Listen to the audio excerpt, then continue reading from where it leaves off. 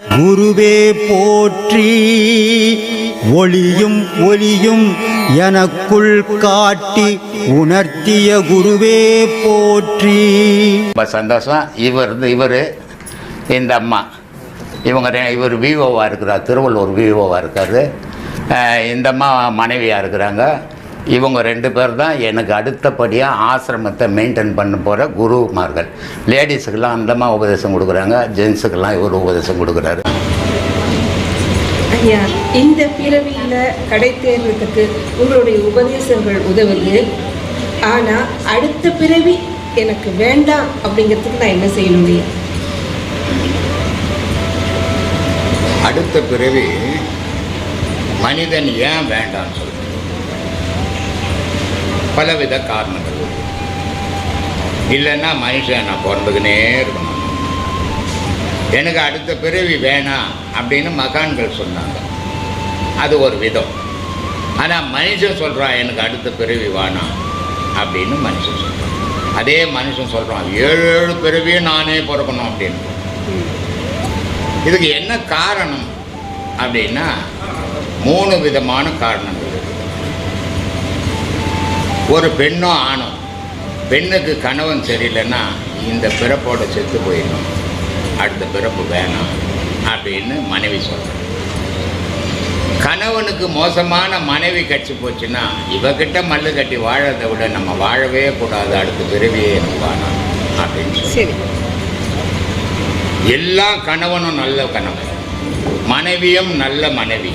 ஆனால் உடல் உபாதை 24 மணி நேரமாக என்ன வைத்தியம் பண்ணாலும் அது உடலை உபதிரம் கொடுத்துக்கினே இருந்தால் இந்த மாதிரி வாழ்க்கை எதுக்கு, இனியே நான் பெருகக்கூடாது அப்படின்னு நினைக்கிறேன்.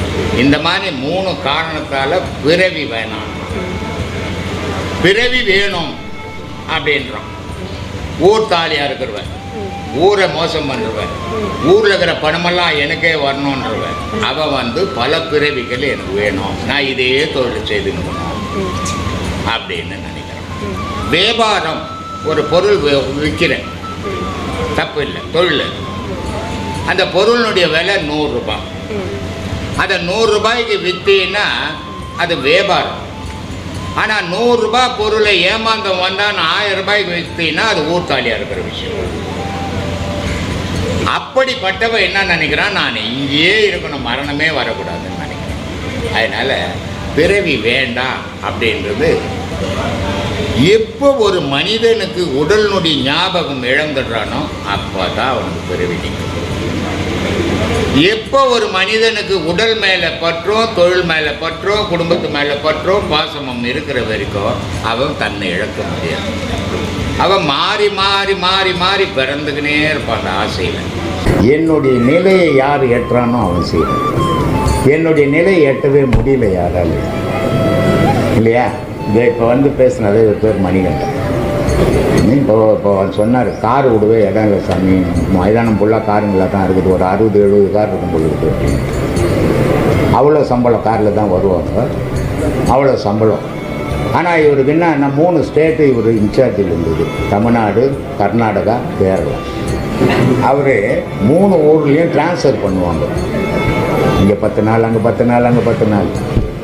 இந்த பாடம் பண்ண ஏடா கூடமா முடியல, அங்கங்கே ரூமுங்களை எடுத்து ரூமுங்களில் போய் லாட்ஜிங்கில் பாடம் பண்ண முடியலன்றதுக்காக அவ்வளோ சம்பளமான வேலையை எழுதி கொடுத்துட்டு கம்மி சம்பளத்துக்கு போய் பாடம் பண்ணிக்கிறான். அவன் தான் ஆன்மீகம், அவன் தான் சீடன். மானுட ஆக்கை வடிவு சிவலிங்கம், மானுட ஆக்கை வடிவு சிதம்பரம், மானுட ஆக்கை வடிவு சதாசிவம், மானுட ஆக்கை வடிவு திருக்கூத்தே அப்படின்னாரு. இப்போ சிவலிங்கம்னாரு, சிதம்பரம்னாரு, அப்புறம்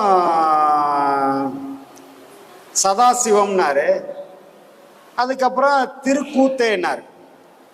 இதை திருமூலர் ஏன் இந்த பாடல்ல இப்படி சொல்லியிருக்காரு அப்படின்னா, இந்த மானிட வடிவு, மனித உடல், இந்த ஆக்கையோட வடிவம் என்னன்னா சிவலிங்கம் சொல்லிட்டார். இந்த சிவலிங்கத்துக்கு பல்வேறு விஷயங்களை நம்ம மக்கள் சொல்லுவாங்க. நம்ம அது சித்தர்கள் ஞானிகள் எல்லாம் சொல்லி வச்சதுதான். ஒவ்வொருத்தரும் ஒரு சில பாடல்கள்ல ஒவ்வொரு மாதிரி சொல்லியிருக்காங்க. இது திருமூலர் சொன்னது, இப்போ நான் சொன்ன விஷயம். ஆனால் இதே வந்து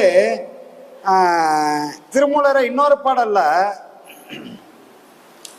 உள்ளம் பெருங்கோயில் ஊனுடம்பு ஆலயம் வள்ளல் பிரானார்க்கு வாய் கோபுர வாசல் தெல்ல தெளிந்தார்க்கு ஜீவன் சிவலிங்கம். அவரும் அங்க சிவலிங்கம் சொல்லிட்டார் இல்லையா? அப்போ இன்னும் ஒரு சில ஞானிகள் சொல்லும் போதே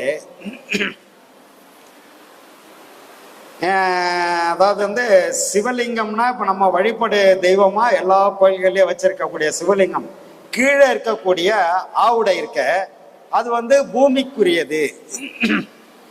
பூமிக்குரியது. மேல இருக்கக்கூடிய லிங்கம் வந்து ஆகாயத்துக்குரியது. அப்போ ஆகாயமும் பூமியும் இணைஞ்சாதான் உயிர்கள் வாழ முடியும். அதனாலதான் ஔவையார் என்ன சொல்றாங்கன்னா அண்டத்தில் உள்ளது பிண்டத்தில் உள்ளதுன்ட்டாங்க. அண்டத்துல என்ன இருக்கோ அது பிண்டத்துல இருக்கு. அப்போ அண்டத்தில் இருக்கக்கூடிய அந்த சிவலிங்கம் இங்க பூமியில இருக்கக்கூடிய ஆவுடை இது ரெண்டும் இணையும் போது உலக உற்பத்தி, உயிர்கள் வாழறது, இனப்பெருக்கங்கள் எல்லாமே இந்த உலகத்துல நடக்கணும்னா சிவலிங்க வடிவு தான் அப்படின்னு ஞானிகள் சொல்றாங்க. அப்போ இதை எல்லாத்தையும் நமக்கு முழுமையா அலசி ஆராயும் போது நமக்கு ஒரு முக்கியமான விடை அங்க கிடைக்குது. அது கொஞ்சம் டீப்பா போனாதான் அதுக்கான விடையை நம்ம எடுக்க முடியும்.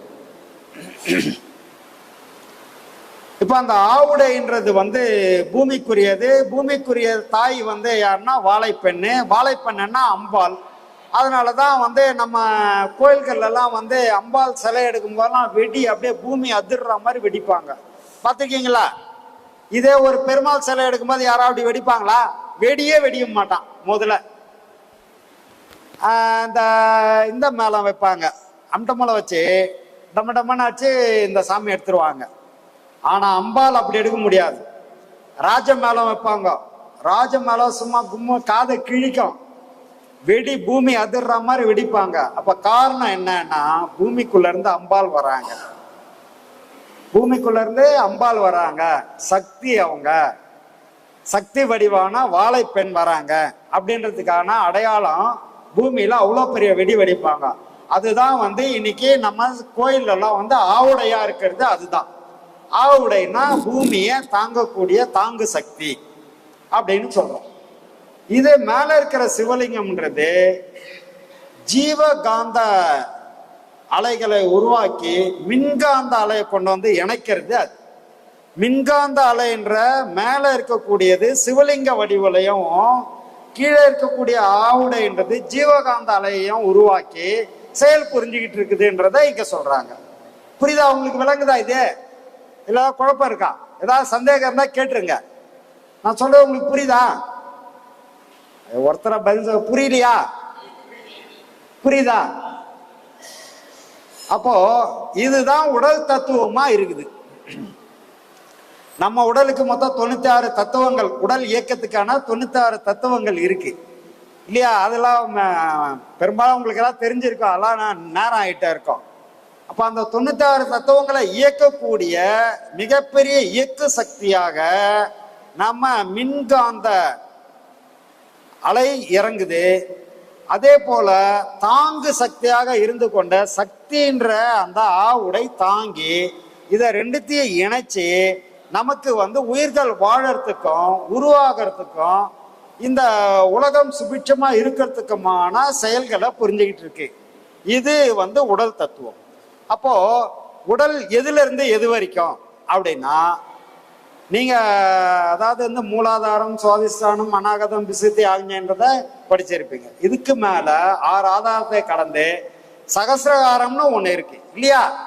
சகசிரகாரம் இருக்கு இல்லையா? இப்போ 7ஆவதா இருக்கக்கூடிய சகசிரகாரத்துல என்ன இருக்கு அத வந்து நாம புரிஞ்சுக்கணும். இது வந்து ரொம்ப ரகசியமான விஷயம். மண் தத்துவம். இதுல இருந்து இது வரைக்கும் மண் தத்துவம், கழுத்துல இருந்து கீழே வரைக்கும் மண் தத்துவம் ஆவுடை. அதுக்கு தான் சொன்னேன், இது கொஞ்சம் நல்லா டீப்பா புரிஞ்சாதான், இல்லைன்னா புரியாது. இது நல்லா கரெக்டா நீங்க உள்வாங்கினீங்கன்னா புரிஞ்சுக்கலாம். கழுத்துல இருந்து கீழே வரைக்கும் மண் தத்துவம், இது ஆவுடை. ஆவுடைக்கு மேல இருக்கிற சிவலிங்கம்ன்றது ஜீவகாந்தாலய நமக்குள்ள அனுப்பக்கூடிய ஆற்றல், மிகப்பெரிய பேராற்றல். அதை தான் அண்டத்தில் உள்ளது பிண்டத்தில் உள்ளதுன்னாங்க. அப்ப அங்க இருக்கிறது எல்லாம் இங்க இருக்கு. அது எப்படி இருக்கு, எங்க இருக்கு, இதுதான் இப்ப நம்ம பேச போறோம். சரியா? அப்போ அந்த பிரம்மரந்திரம்னு ஒண்ணு இருக்கு. 6 ஆதாரங்களையும் கடந்து 7வதா பிரம்மரந்திரம். உச்சிக்கு கீழே உள்நாக்குக்கு மேலே வெச்ச விளக்கு எரியுதடி, அச்சுள்ள விளக்கு எண்ணெயும் இல்லை தண்ணியும் இல்லை, சிக்குது சிக்குது வாழைப்பண்ணு. வாழை சித்தர் பாடல்ல தெளிவா சொல்லியிருப்பார். அப்போ இந்த இடம்தான் உள்நாக்கு, அதுக்கு மேல உச்சி, இது ரெண்டுக்கு இடைப்பட்டது பிரம்மரந்திரம் அப்படின்ற ஒரு இடம். சரி, அதுக்குள்ள என்ன இருக்கு? பிரம்மரந்திரத்துக்குள்ள என்ன இருக்கு? இந்த பிரம்மரந்திரம்ன்றது நம்ம ஊசி காதுக்குள்ள நூல் நுழைக்கிறோம்ல, எனக்கெல்லாம் இப்ப நுழைக்கவே முடியாது, கண்ணு தெரியாது, கண்ணாடி போட்டாதான். ஏன்னா அவ்வளோ மெலிசா நூல், அந்த இடத்துல நுழைக்கக்கூடிய அளவுக்கு அந்த பிரம்மரந்திரத்தோட ஊசி முனை வாயில் தான் அங்க. அதுல நூல் நுழையிற மாதிரி அவ்வளோ சின்ன கேப். அதுக்குள்ள என்ன இருக்கு அப்படின்னா நம்ம உயிர் தத்துவமான சிவலிங்க வடிவான உயிர் தத்துவம் அங்க. அதுக்கு பேர் தான் பிரம்மரந்திரம்.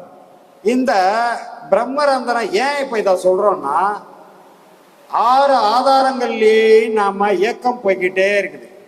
இந்த 6 ஆதாரங்களையும் கடந்து பிரம்மரந்திரம்ன்ற இடத்துக்கு நம்ம வரணும்.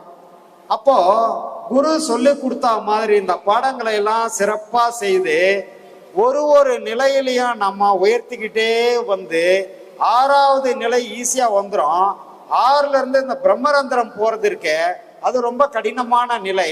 அதுக்காக தான் இந்த 6 நிலைகளையும் இயக்கி பழக்கப்படுறோம். இதுக்கு பேர் மடைமாறின்னு சொல்லுவாங்க. நம்ம மூச்சு காத்த முன்னாடியே இயங்கிறது, மூக்கு வழியா இயங்கிறது, சாதாரணமா எல்லா மக்களுக்கும் இயங்கிறது. ஆனா ஒரு ஞானியா, ஒரு குருவா, ஒரு சீடரா இந்த பாடம் வாங்கி பாடம் பண்ணி அவங்க அனுபவ நிலையில மடை மாத்தி பின்பக்க வழியா இயக்கிறத தான் இந்த பிரம்மரந்திரத்துல வேலை செய்யும். புரியுதா உங்களுக்கு? பிரம்மரந்திரத்துல எது வேலை செய்யணும்னா மடை மாத்தி நம்ம மூச்சிய வாசியா மாத்தி கொண்டு போய் பிரம்மரந்திரத்துல கொடுத்த பாடத்தின்படி பிரம்மரந்திரத்துல அந்த வேலை நடந்ததுன்னா அங்க நீங்க உங்க உடலை பார்க்கலாம். எந்த உடலை? இந்த மண்ணுக்கு போற இந்த பரு உடல் கிடையாது, சூட்சும உடலை நீங்க அங்க பார்க்கலாம். அந்த பாடம் நல்லா பண்ணவங்களுக்கே தெரியும். அவங்க பாடம் பண்ணிக்கிட்டே இருப்பாங்க. அவங்களுக்கு முன்னாடி அவங்க நிற்பாங்க. உட்காந்து பாடம் பண்ணிக்கிட்டே இருப்பாரு, அவங்களுக்கு முன்னாடி இவங்களாம் நல்லா தெரியும். அதுதான் கண்ணாடியில் தன்னை காண் அப்படின்னாரு. கண்ணாடியில், கண்ணுல இருக்கக்கூடிய நாடியில நீ உன்னை பார்க்கணும். நாங்க கண்ணாடியில் தன்னை பார். ஏன்னா நம்ம ஆளுங்கன்னா கண்ணாடியை வாங்கி வீட்டுல மாட்டிட்டு அதுல போய் பார்த்துட்டு இருந்தா இருக்கிறத இருக்கிற மாதிரியே காட்டும். ஆனா கண்ணாடியில நீ எப்படி குருடு செவிடா இருந்தாலும் கூட அங்க உன்னை காட்டுறது பளிச்சுன்னு காட்டும். காரணம் என்ன அப்படின்னா ஆன்மா அவ்வளவு பிரகாசமானது, உயிர் அவ்வளவு பிரகாசமானது, பிரகாசமா உன்னை காட்டும். நீ காலையில இருந்து மூஞ்சி கழுவிட்டு கண்ணாடியில பார்த்தாதான் பார்த்தா மாதிரி இருக்கும். மூஞ்ச கழுவாம போய் பார்த்து பாரு, உனக்கே வாந்தி வந்துடும் இல்லையா? நம்ம எப்படி இருக்கிறோமா அப்படிதான் கண்ணாடி காட்டும். ஆனா கண்ணாடியில பார்த்தேன்னு சொன்னா நீ எவ்வளவு அழகா இருக்கிறன்றத அது காட்டும். அது யாரும் பார்க்கல. அதை பார்க்கறதுக்கான முயற்சியை இனிமேல் தொடர்ந்து செய்யணும். செய்தா பார்க்கலாம். அதை பார்த்தா என்ன ஆகிட போகுது? சோறா வரப்போகுது, துட்டு வரப்போதா, பேங்க் பேலன்ஸ் கூடுமா அப்படின்னா அதெல்லாம் கூடாது, இருக்கிறதும் கூடும். ஏன்னா நீ இதை பார்த்துட்டீன்னா அங்கெல்லாம் போக மாட்டேன். சரியா? இதை பார்த்துட்டா உனக்கு உலகப்பற்று நீங்கிடும்.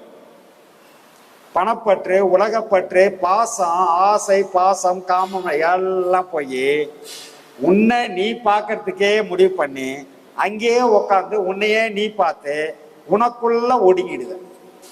அதை தான் அவர் சொன்னாரு, தன்னை தானறிய தனக்கு ஒரு கேடு இல்லை. கேடு இல்லைன்னா இந்த ஆக்கைக்கு அழிவு கிடையாது. அன்பே சிவம் மனமே குரு என்றுணர்த்திய குருவே போற்றி. சத்தும் சித்தும் எதுவென்று உணர்த்திய குருவே போற்றி. எனக்குள் இறைவனை உணர வைத்த குருவே போற்றி. நித்திய ஆனந்தமான நித்யானந்த குருவே போற்றி.